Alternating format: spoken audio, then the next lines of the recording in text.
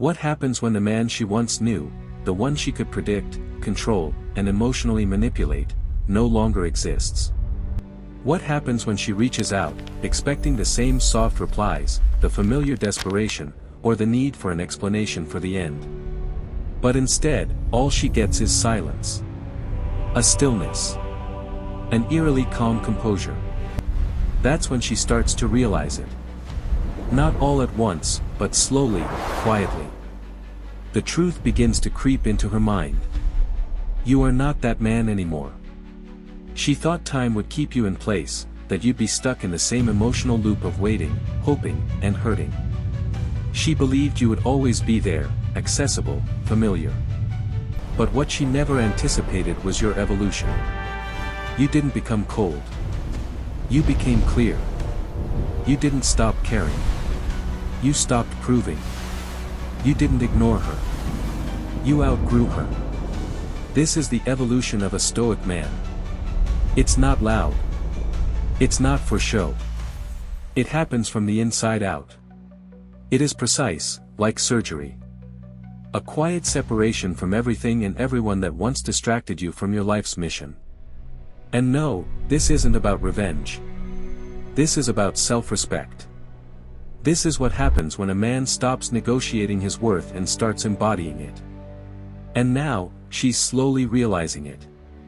Every time you don't answer a text, every time you don't explain your actions, every time she looks for the old you and finds nothing, she understands a little more. You didn't change overnight. You changed because the pain demanded it. And now, your silence says it all. The void and the blueprint. But before we dive deep into the man you are becoming, we need to be honest about where this journey begins. Perhaps, right now, as you're watching this, the wound is still raw. Perhaps the silence others see in you today is just a shell for a storm still raging inside. And you need to know this, you are not alone in that feeling. Scientific research has confirmed a truth that many men experience in silence. After a breakup, especially from a relationship you were deeply invested in, you don't just experience grief. You are experiencing a psychological phenomenon called reduced self-concept clarity. It's a complex term for a very simple but terrifying feeling. You feel like you've lost a part of yourself. It's more than just missing her. It's the unease of looking in the mirror and not quite recognizing the man looking back. It's when the we dies, and you're left wondering what I even means anymore. Your entire life, for months or years, was built around a shared entity. Your daily routines, the movies you watched on Friday nights, the restaurants you frequented, the friends you both saw, the plans for the future, all of it was tied together by her presence. And then, suddenly, it's all gone. The silence in your apartment is now deafening. Weekends feel endless and empty. You scroll through your phone contacts and realize that so many of your social connections were maintained through her. Who are you when you're not her boyfriend? What do you do with your time when you don't have to consider someone else's schedule? The person you wanted to become, the dreams you had before you met her, they seem buried under layers of shared memories. This is the core of the pain. It's not just the pain of losing a person. It's the pain of disorientation, of a quiet identity crisis. Society often expects men to man up and get over it. But they don't understand that you're not just losing a relationship, you're faced with rebuilding your entire concept of self. It's like a building that's been half demolished, and you're standing in the rubble, unsure where to begin cleaning up, or if you even have the strength to rebuild. That feeling of emptiness is real. That feeling of invisibility is real. And acknowledging it is not a sign of weakness, but the first, most courageous step on the path to true healing. Because you can't build something new on a foundation you refuse to look at. You have to look at that void, at that chaos, and understand that it is not your endpoint. So, what if that extreme emptiness isn't an ending? What if it's actually a space being cleared, a foundation being exposed, waiting for a new architect? What if the pain, instead of breaking you, becomes the very fuel to forge the man you are meant to be? From pain to power, post-traumatic growth. The pain you're feeling, that emptiness, it has a weight. It can hold you down, drowning you in a sea of regret and what-ifs. So many men get stuck there. They let the final chapter of a relationship become the story of their entire life. But your journey doesn't have to end there. Because in psychology, there is a powerful concept, an idea that can completely change how you view your pain. It's called post-traumatic growth. This isn't some fluffy theory or a platitude to make you feel better. This is a documented phenomenon, a real path that people can take after experiencing profound adversity. And the most important thing you need to understand about it is this growth is not a random byproduct of time. Time itself heals nothing. Time only creates distance. Post-traumatic growth, in contrast, is the result of a conscious choice. It is an active process. Imagine a blacksmith. When he receives a piece of raw ore, it's ugly, formless, and seemingly worthless. That is your pain right now. The blacksmith could toss that ore in a corner and forget it. But instead, he does something else. He looks at the ore and sees its potential. He decides to throw it into the hottest fire. That fire is the act of facing your pain, not avoiding it, not denying it. He lets the heat of truth melt the metal, making it pliable. And then, he places it on the anvil and begins to strike it with a hammer. Each hammer strike is a deliberate act. One strike is the decision to get up early and work out instead of lying in bed ruminating. Another strike is picking up a book to learn something new. Another hammer blow is calling an old friend you haven't spoken to in ages. Each action, no matter how small, is a hammer strike shaping who you are. He isn't trying to make the metal what it was before. He's creating something entirely new from it. A sword. Sharper, stronger, and far more useful than the original ore. That is post-traumatic growth. It's not about getting over the pain. It's about growing from the pain. It doesn't ask, how do I get back to the man I was? It asks, what can this pain teach me to become a better man? This change doesn't come from forgetting her. It comes from starting to remember yourself. Remembering your core values, the passions you let die, the standards you once set for yourself before they were eroded by an unhealthy relationship. And right here, a fundamental shift occurs. It is the moment of choice. The moment you stop being a leaf blown about by the storm of your emotions and decide to become the tree, rooted deep in the earth. You move from a passive state to an active state. You stop being the victim of your story and start becoming the author. You realize that while you couldn't control her leaving you, you have absolute control over how you respond to being left. You can't rewrite the old chapters, but you have complete authority over what the next chapters will contain. This is where the real journey begins. Not with a giant leap, but with the decision to rebuild your life, one brick at a time. Like an architect looking at an empty plot of land, you begin to envision a new structure. You don't build it randomly. You need pillars. Strong pillars, designed to withstand not just this storm, but any storm that may come in the future. And in the next section, we will delve into building the 4 main pillars of the new man you are becoming. Pillar 1, Self-Clarity. The first and perhaps most crucial pillar you must build is called self-clarity. We put it first for a simple reason: you cannot build a skyscraper on an undefined foundation. After a long-term relationship collapses, you're not just on an empty plot of land, you're on land covered in fog. The fog of memories, old habits, and the versions of yourself that existed only to please someone else. Trying to build anything in that fog will only lead to failure. Your first task, therefore, is not to build up, but to dispel the fog. This process begins with an act that sounds simple but is incredibly profound: remembering yourself. I'm not talking about reminiscing. This isn't about flipping through old photos and wishing you could go back. This is an archaeological dig. You must dig beneath the rubble of the recent relationship, beneath the dust of the years you compromised, to find the core values that existed long before she appeared. Ask yourself questions you haven't asked in a long time. What did you stand for before you were fighting for this relationship? What used to light a fire in you? What were your non-negotiable boundaries? Chances are, you won't have immediate answers. And that's perfectly okay. That's why we need tools, specific exercises to help you in this excavation. The first tool is the value journal. Get a notebook. Every morning for the next 30 days, before you touch your phone, before the outside world can intrude, write down a single word that represents a core value. It could be courage, integrity, discipline, creativity, adventure.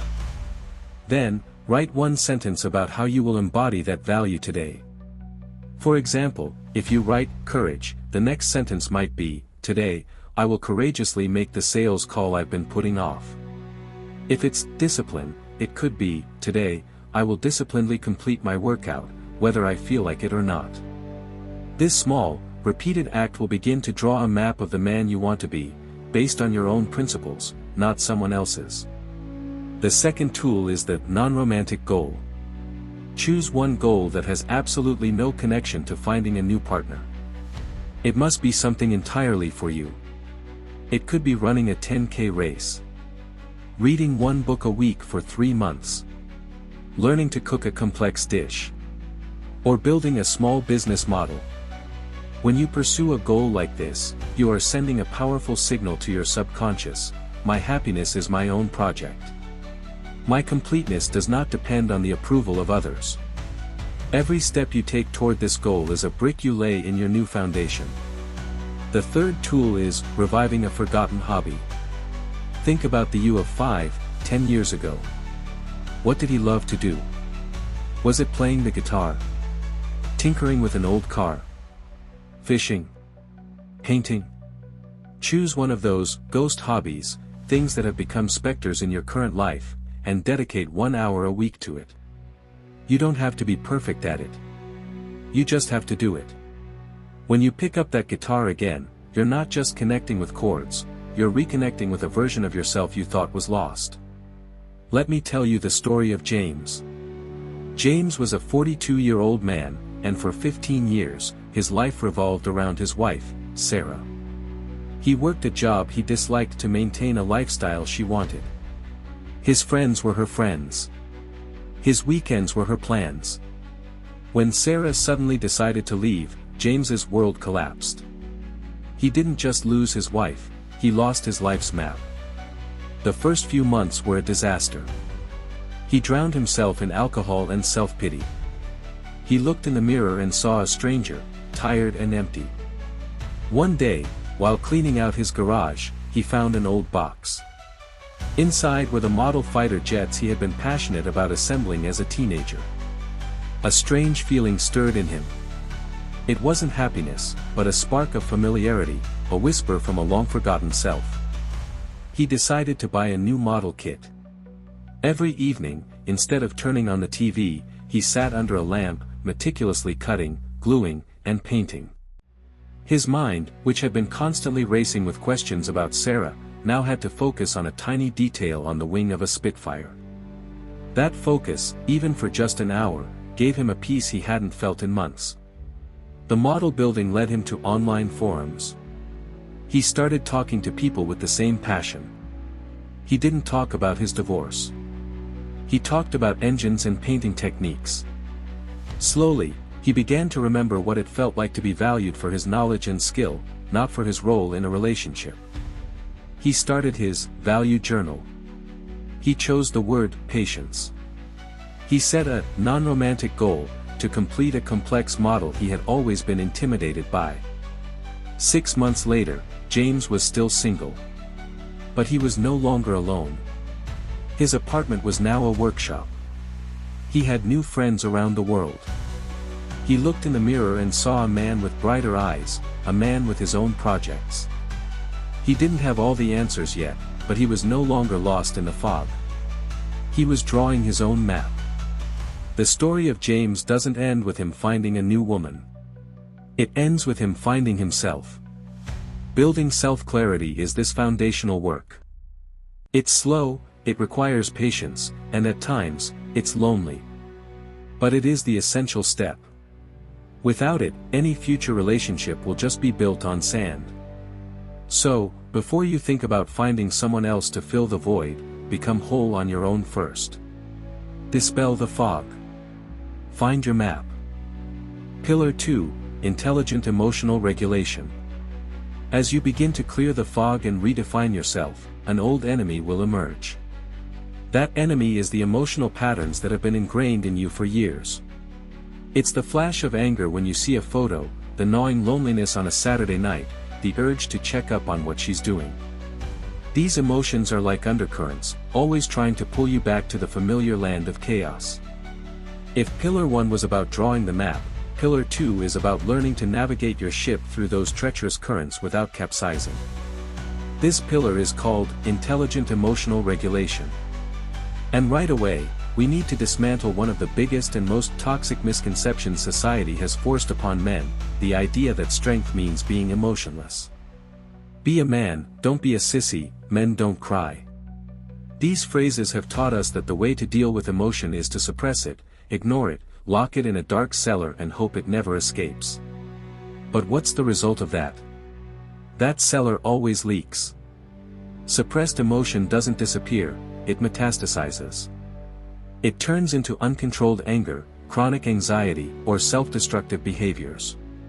True Stoicism, viewed through the lens of modern psychology, does not teach us to be unfeeling. That is a disastrous misunderstanding. It teaches us something far more subtle and powerful: you do not have to be a slave to your emotions. There is a massive difference between feeling an emotion and being dominated by it. Feeling anger is natural. But letting that anger dictate your words and actions is a choice. True strength isn't in feeling nothing, it's in creating a space between the emotion and your action. And in that space lies your freedom. This is the core difference between reacting and responding. Reacting is an unconscious reflex. It's the old you. A provocative text from her pops up on your screen, and instantly, your heart races, blood rushes to your head, and your fingers start typing out an angry or desperate reply. You are like a puppet, she pulls the string, and you dance. You have no control. The emotion is in charge. Responding, on the other hand, is a conscious act. It's the new you that you are building. That text still appears. Your heart might still beat faster. But instead of acting immediately, you pause. You observe the feeling of anger rising in your body. You look at it like a scientist observing a phenomenon in a lab. You don't judge it, you simply acknowledge its presence. And in that moment of pause, you ask yourself a question based on Pillar 1, what action aligns with the man I want to be? What action will protect my peace? Maybe the answer is to not reply at all. Maybe it's a short, polite, and unemotional response. Whatever it is your decision. You are no longer the puppet. You've cut the strings. How do we train this ability? It's not a switch you can just flip. It's a muscle that needs to be exercised daily. And here are 2 exercises that will help you. The first, simplest, and most profoundly impactful exercise is called the pause. Anytime you feel a strong emotion about to consume you, command yourself, pause. That's it. Then, take a deep breath in for a count of 4, hold it for 4 seconds, and exhale slowly for 6 seconds. In those few short seconds of breathing, you have broken the circuit of automatic reaction. You have created that precious gap. You've allowed your rational brain a chance to catch up with your emotional brain. Practice this with small things. Feeling annoyed in traffic? Pause. Breathe. Feeling frustrated with a work email? Pause. Breathe. By training with the small things, you build the strength to handle the bigger storms. The second, more advanced exercise is inspired by the Roman emperor and Stoic philosopher Marcus Aurelius. It's called the view from above. When you feel overwhelmed by a problem, close your eyes. Imagine you are floating gently up out of your body. You see yourself sitting in the room. Then you float higher, seeing your house, your neighborhood, your city. Continue to ascend. You see your state, then the entire country as a patch of color on a map. Higher still, you see the earth, a blue and white marble, suspended in the infinite silence of space. From this perspective, think about your problem. That text message. That memory. That pain. Compared to the vastness of the universe, compared to the billions of other people experiencing their own tragedies and joys, how does your problem look now? The purpose of this exercise is not to make you feel that your problem is insignificant. The purpose is to put it in its proper context. It helps you detach from the drama of the moment and see it with a cool objectivity. From up high, you can see that this is just one moment in a long life, one wave in a vast ocean. The emotion is still there, but it no longer encompasses you. You can look at it, instead of being drowned in it. This is what others, especially her, will see and call a change. When she is used to a small action from her creating an earthquake in you, your newfound calm will be baffling. She might interpret your silence as cruelty, your composure as distance. She doesn't understand that you are not building a wall to punish her. You are building a system of levees to protect your inner kingdom. Your peace has become too valuable an asset to be disturbed by external events. Mastering emotional regulation isn't about becoming a robot. It's about becoming the king of your own kingdom. A wise king listens to all his advisors, advisor anger, advisor sadness, and advisor fear. But in the end, the king, not the advisors, makes the final decision. Pillar 3, Building a Legacy. Once you've begun the journey of rediscovering yourself and mastering your emotions, you will stand at a fork in the road. This is one of the most critical choices that will determine the trajectory of the rest of your life. One path is called the loop. The other is called the legacy. The loop is the familiar and easy path at first. It is a mental prison decorated with memories. In this prison, you are a willing inmate, spending hours, days, and weeks doing one thing, replaying the movie of the past. You replay conversations, analyzing every word. You review mistakes, blaming yourself. You imagine different scenarios, what-if outcomes. Psychologically, this is a state called rumination. Your brain is stuck, trying to find a resolution to a problem that is already over. It gives you the illusion that you're doing something productive, that you're figuring things out. But the truth is, you're just running on a hamster wheel. It consumes your two most precious assets, your time and your focus. And the most devastating part is, she isn't keeping you in that loop. You are the one choosing to stay on that wheel every day. But there is another path. A path that requires effort, focus, and a long-term vision. It is the path of legacy. When you hear the word legacy, you might think of grand things, a building with your name on it, a huge fortune, or a statue in a park. But for the modern man on a journey of self-recreation, legacy is a much more personal and profound concept. It's not what you leave behind when you die. It's who you become while you are living. Let's redefine it. Your legacy is built on several fronts. First, there is your physical legacy. This is building a body not just to look good, but to serve you. A body that is strong, resilient, and full of energy, allowing you to experience life to its fullest. It is the gift of health you give yourself, a declaration that you respect the only temple you truly own. Second, there is your intellectual legacy. This is cultivating a mind that is constantly curious, eager to learn, and grows wiser every day. It's the books you read, the documentaries you watch, the deep conversations you engage in. Every piece of knowledge you acquire is a brick you place in your mental fortress, turning your mind into a powerful ally instead of an internal enemy. Third, there is your skill-based legacy. This is actively learning and mastering skills that bring value to yourself and to society. It could be learning a new language, playing an instrument, mastering the art of negotiation, writing a piece of code, or fixing a car. Every skill you possess is a tool in your toolkit, increasing your confidence and independence in an ever-changing world. And finally, there is your legacy of impact. This is the most important part. It's the positive influence you create on the people around you. It's becoming a better son, a more reliable friend, a wise mentor, a source of strength and stability for those who need you. This legacy is not measured in money, but in the difference you make in the lives of others. So how do you step off the loop and start walking the path of legacy? It begins with concrete actions. First, conduct a time and focus audit. For 1 week, honestly track how much of your day you spend thinking about the past versus building the future. How many hours do you spend scrolling her social media versus reading a book? How much energy do you use analyzing old texts versus planning a new project? The numbers might shock you. But that is your starting point. You can't change what you don't measure. Next, apply the one thing rule. Every day, choose one single small action that contributes to your legacy. Just one. Read 10 pages of a non-fiction book. Go for a 20-minute walk.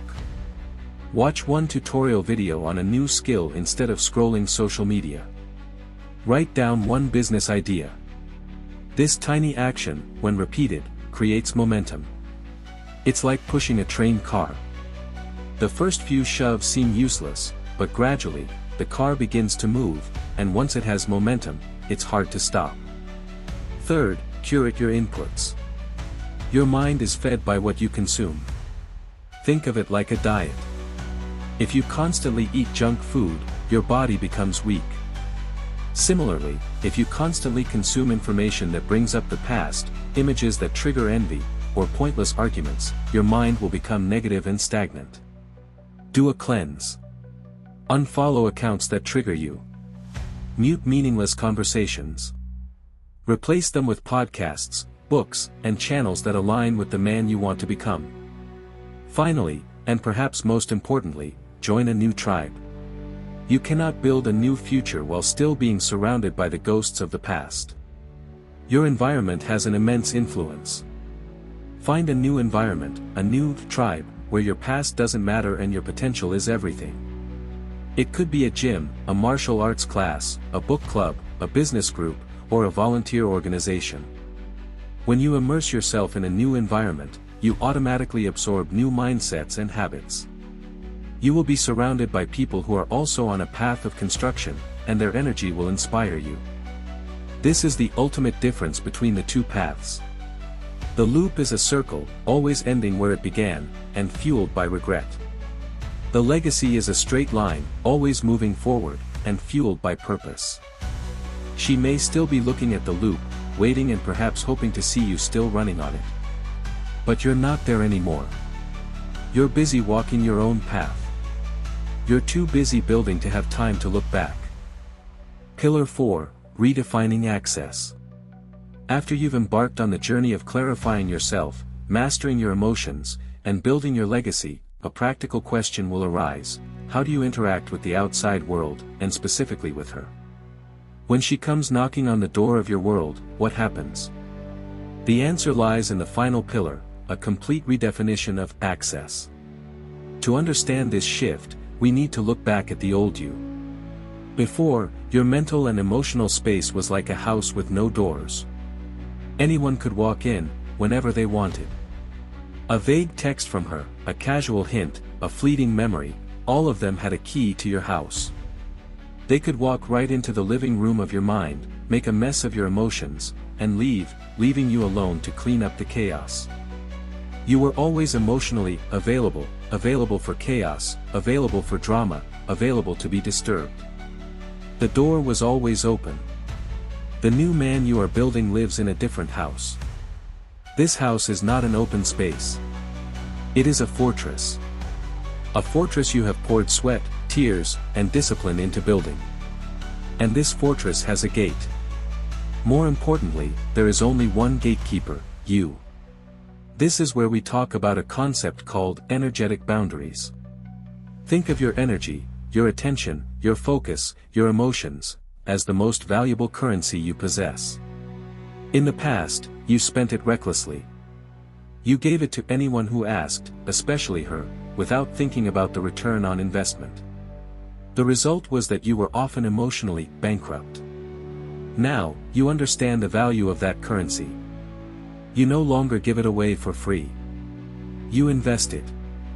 You only invest your energy in people, relationships, and activities that yield a positive return, things that align with the values and legacy you are building. This means you must become a strict gatekeeper. When someone arrives at the gate of your fortress, you ask, does your presence add to the peace of this kingdom, or will it take it away? Does this interaction align with my values, or will it pull me back to the old me? Based on the answer, you decide whether to open the gate. And here is a critically important distinction you must understand: you are building a shield, not a wall. A wall is built from fear and anger. It is a crude tool, an emotional reaction. It blocks everything, good and bad. It isolates you. Building a wall and blocking her on every platform, declaring that you hate her, is the act of a man who is still wounded, who is still reacting. It shows that she still has the power to stir your emotions. A shield is completely different. A shield is wielded by a skilled warrior. It is held up with intention and discipline. It is not made of anger, it is forged from self-respect. A shield doesn't block your vision, you can still see the world clearly. You can choose when to raise it and when to lower it. This shield doesn't block love or genuine connections. It blocks disrespect. It blocks manipulation. It blocks drama. Not responding to a provocative text is not an act of war, it is the act of raising your shield. It's not an emotional reaction, it's a conscious response from a man who knows the value of his inner peace. And you must understand this on the deepest level: this is not about punishing her. Her chapter in your book is over. This redefinition of access is about protecting your future. You are not acting based on what she did, you are acting based on the new standards you have set for yourself. The focus is no longer on her. The focus is now on the integrity of the kingdom you've worked so hard to build. So, when she reaches out, she might be able to reach your phone, but she can no longer reach you. Not your core self, not your control room. That access is now a privilege that must be earned, not a default right. Your new unavailability is not a game you're playing to make her chase you. It is an honest reflection of the price of your peace. And you have decided that price is non-negotiable. I am the architect. So, where does this journey lead us? We've traveled a long road together today. We started in the thick fog of a shattered identity, facing the raw truth that post-breakup pain is not just about loss, but about losing ourselves. We stood at the crossroads where you had to make a conscious choice, to drown in the loop of the past, or to walk the path of building a legacy. And you chose. You chose to begin the hardest work. You erected the 4 pillars of your new self. First, you looked at the rubble and began the excavation, finding self-clarity, answering the question, who am I, with your own values. Next, you learned to be the king in your inner kingdom, mastering intelligent emotional regulation, turning your heart into a protected fortress, not a chaotic battlefield. Then you shifted your gaze from backward to forward, turning the energy of regret into fuel for building a legacy of health, wisdom, and impact. And finally, you built the final ramparts, redefining access, becoming the sole gatekeeper of your precious peace. But there is one final truth you need to hear. The man you are becoming, this calm, focused, self-possessed man, he wasn't born overnight. He is forged. He is forged in the fire of lonely nights when you chose to read a book instead of sending a text. He is built by the discipline of waking up early for the gym when the world is asleep and all you want to do is escape. He is assembled, piece by piece, through 1,000 tiny, almost invisible choices you make every single day. The choice to say no to distraction and yes to growth. And perhaps, through all of this, you've realized the most profound thing of all. This transformation was never really about her. It was never about making her regret it, or making her see what she lost. That is just the ego talking, a faint echo from your old self. The real journey, this Stoic evolution, was about you finally seeing your own value. It was about you refusing, once and for all, to put your worth on the negotiating table, or to rent your happiness from the approval of others. Your old self was a character in someone else's story. Your new self is the author of your own. Your old self was a tenant in a house someone else built. Your new self is the architect of your own soul. And that is why, today, we're not just asking you to comment. We're asking you to make a declaration. If you are on this path, if you are done being a passenger and are ready to be the pilot of your own life, I want you to go down to the comments right now, and write, in all caps, "I am the architect." Write those words, not for us, not for anyone else, but for yourself. Let it be a reminder, a contract you sign with your future. Every time you feel weak, come back to that comment and remember that you are the one holding the blueprint. If this message resonated with you, show it by hitting the like button. Subscribe and turn on notifications, because our work here isn't about temporary motivation, it's about lifelong evolution. We are a community of builders. Stop waiting for the story to change. Pick up the pen, and write it yourself. Because you are the architect.